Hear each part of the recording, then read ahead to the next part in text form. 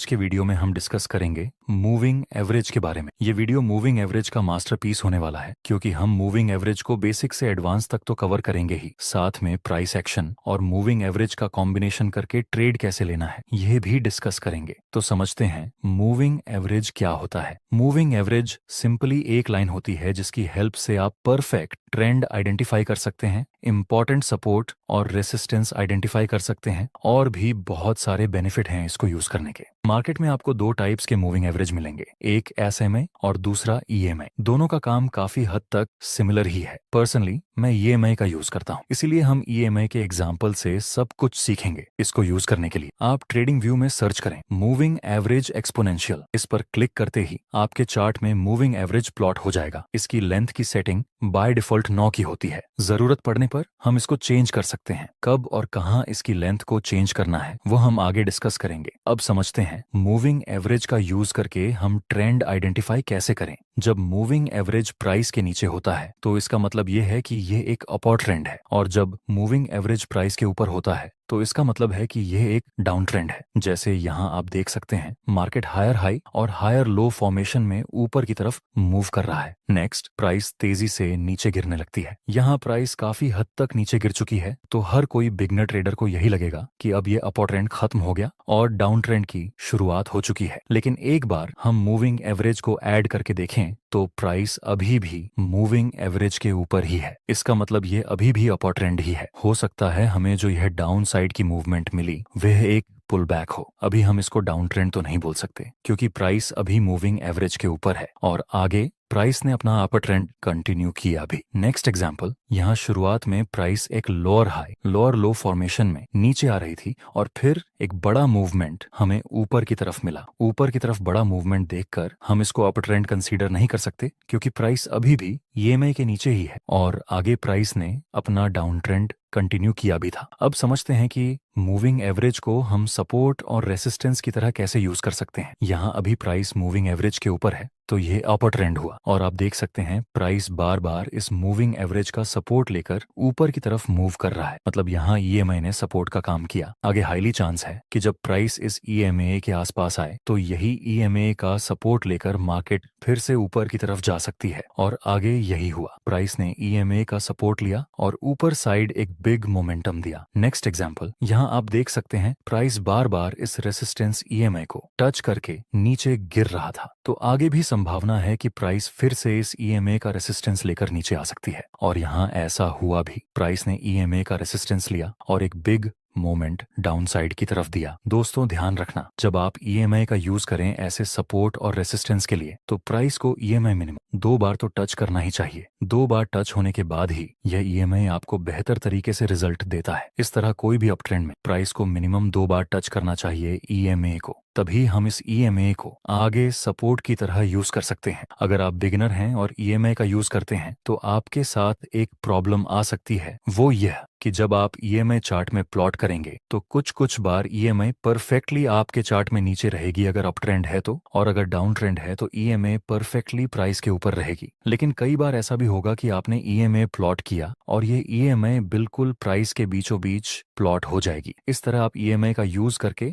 आप ना ही trend identify कर पाओगे और ना ही इंपॉर्टेंट सपोर्ट और रेसिस्टेंस। इसका सॉल्यूशन क्या है और किस टाइम फ्रेम में आपको ईएमआई को यूज करना है, ये दोनों टॉपिक हम वीडियो के एंड में कवर करेंगे। अब हम समझते हैं कि ईएमआई का यूज करके हम ट्रेड कैसे करें। दोस्तों हम सिर्फ और सिर्फ ईएमआई का यूज करके एक भी ट्रेड नहीं करेंगे। हम प्राइस एक्शन के साथ ईएमआई का कॉम्बिनेशन करके ट्रेड करेंगे, जिससे कि हमें बेहतर रिजल्ट मिले। आप देख सकते हैं अभी की प्राइस ईएमआई के ऊपर है, सो ये एक अपर ट्रेंड हुआ। अपर ट्रेंड है तो हम बाय की अपॉर्चुनिटी फाइंड करेंगे। यहाँ नीचे प्राइस ने 2 बार ईएमआई को टच भी किया है, इसलिए हम इसको आगे एज अ सपोर्ट यूज कर सकते हैं। 2 बार प्राइस ईएमआई का सपोर्ट लेकर ऊपर गया था, तो आगे भी संभावना है कि तीसरी बार ईएमआई के पास आए तो फिर से एक अपसाइड मूवमेंट मिले। नेक्स्ट प्राइस आती है ईएमआई के पास, तो क्या हमें यहाँ बाय में एंट्री कर लेनी चाहिए? नहीं, हमें कुछ और भी कंफर्मेशन देखनी चाहिए, जैसे कि कोई कैंडलस्टिक पैटर्न, कोई सपोर्ट रेजिस्टेंस। यहाँ जिस जगह पर प्राइस ने ईएमआई को टच किया उस जगह पर पहले एक रेसिस्टेंस लेवल था जो कि अब एक सपोर्ट का काम करेगा। उसके बाद हमें dose doji plus confirmation candle का सिग्नल मिला। अगर आप ध्यान से देखें तो इस डोजी कैंडल का लोअर शैडो बहुत लंबा है। इसका मतलब इस कैंडल में तो बायर्स का डोमिनेंस है और ईएमए का सपोर्ट तो था ही। अब हम बाय में एंट्री कर सकते हैं क्योंकि हमें प्राइस एक्शन के अनुसार भी बाय का सिग्नल मिल रहा है और ईएमए के अनुसार भी बाय का सिग्नल मिल रहा है। स्टॉप लॉस हम इस डोजी कैंडल के लो से थोड़ा नीचे रखेंगे और प्रॉफिट टारगेट रेसिस्टेंस के पास आप चाहे तो प्रॉफिट टारगेट को ट्रेल भी कर सकते हैं। दोस्तों फाइनली हमारा प्रॉफिट टारगेट कंप्लीट हो चुका है। नेक्स्ट सकते हैं प्राइस अभी ईएमए के नीचे है तो यह डाउन ट्रेंड हुआ। ईएमए अब रेसिस्टेंस का काम कर सकती है क्योंकि यहाँ 2 बार तो प्राइस ईएमए का रेसिस्टेंस लेकर नीचे आ चुका है, तो तीसरी बार भी संभावना रहती है कि प्राइस ईएमए का रेसिस्टेंस लेकर फिर से डाउनसाइड मूवमेंट दे। डाउन ट्रेंड है तो हम सेलिंग की अपॉर्चुनिटी फाइंड करेंगे। नेक्स्ट प्राइस आती है ईएमआई के पास और 3 ब्लैक क्रो की फॉर्मेशन बन चुकी है। 3 ब्लैक क्रो जिसमें सेलर्स का डोमिनेंस होता है और इसी जगह पर हम एक परफेक्ट ट्रेंड लाइन बना सकते हैं। यह ट्रेंड लाइन भी रेसिस्टेंस का काम करेगी और ईएमए भी। अब हम सेल में एंट्री कर सकते हैं क्योंकि प्राइस एक्शन और ईएमए दोनों की तरफ से हमें सेम टू सेम सिग्नल मिल रहा है सेल करने का। प्रॉफिट टारगेट के लिए हम नजदीकी सपोर्ट का यूज करेंगे और स्टॉप लॉस 3 ब्लैक क्रो से थोड़ा ऊपर रखेंगे।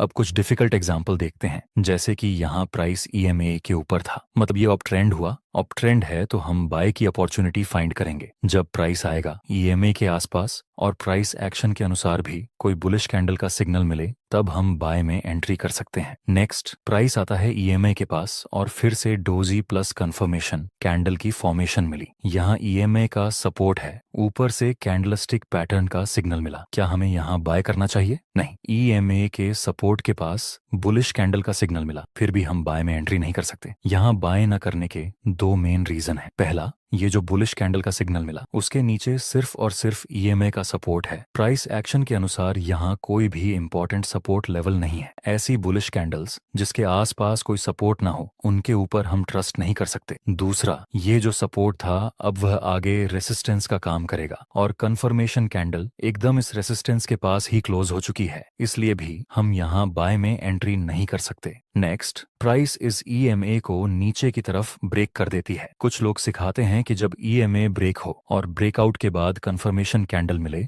तब आप एंट्री कर सकते हैं, लेकिन दोस्तों ये बहुत ही रिस्की काम है। आपको रिटेस्ट का वेट करना चाहिए। आगे हम देखें तो मार्केट ईएमए का ब्रेक डाउन देने के बाद रिटेस्ट करने के लिए भी आता है और shooting star plus confirmation candle की फॉर्मेशन मिली। अब हम सेल में एंट्री कर सकते हैं। स्टॉप लॉस इस शूटिंग स्टार के हाई से थोड़ा सा ऊपर और प्रॉफिट टारगेट रखेंगे हम इस सपोर्ट के पास जो पहले रेसिस्टेंस था। आगे देखते हैं क्या होता है। हमारा प्रॉफिट टारगेट हिट होता है या स्टॉप लॉस। अभी अभी हमारा टारगेट कंप्लीट हुआ और तुरंत ही मार्केट ऊपर चला गया। ये ट्रेंड तो डाउन का है, ऐसा समझ के अगर हमने बड़ा प्रॉफिट टारगेट रखा होता और ये इंपॉर्टेंट लेवल को इग्नोर किया होता तो हमारा टारगेट हिट होने से पहले स्टॉप लॉस हिट हो जाता। इसलिए सपोर्ट और रेसिस्टेंस को हमें इग्नोर नहीं करना चाहिए। इस स्ट्रेटेजी की एक और खास बात है जिसको मैं पर्सनली फॉलो करता हूँ। यहाँ प्राइस ईएमए के ऊपर है लेकिन प्राइस और ईएमए के बीच में बहुत ही ज्यादा गैप है।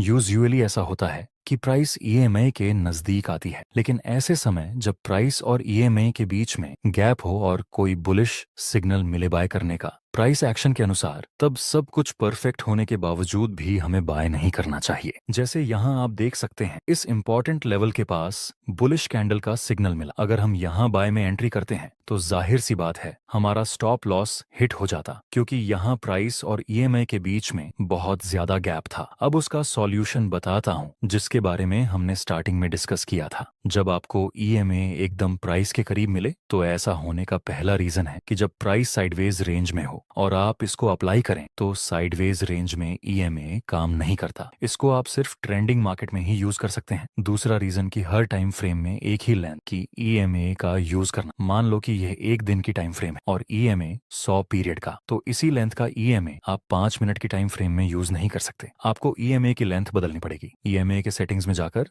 लेंथ वाले ऑप्शन को सिलेक्ट करना है। बाय डिफॉल्ट इसकी लेंथ 9 की होती है। आप यहाँ इसकी लेंथ चेंज कर सकते हैं। स्मॉल टाइम फ्रेम के लिए आपको ईएमए की लेंथ कम रखनी चाहिए, जैसे 9, 12, 21, और बिग टाइम फ्रेम के लिए आपको ईएमए की लेंथ बड़ी रखनी चाहिए, जैसे 50, 100, 200। जैसे जैसे आप ईएमआई की लेंथ बढ़ाते जाएंगे उसी हिसाब से ईएमआई और प्राइस के बीच का गैप बढ़ता चला जाएगा। जैसे 9 ईएमआई प्राइस के बहुत ही करीब होती है, 21 उससे थोड़ी दूर, 50 उससे भी दूर और 100 और 200 ईएमआई प्राइस से बहुत ही ज्यादा दूर होती है। Generally most of the trader 9, 21, 50, 100 EMI का यूज करते हैं। दोस्तों, ये वीडियो आपको कैसा लगा? अपना रिव्यू कमेंट में जरूर बताना।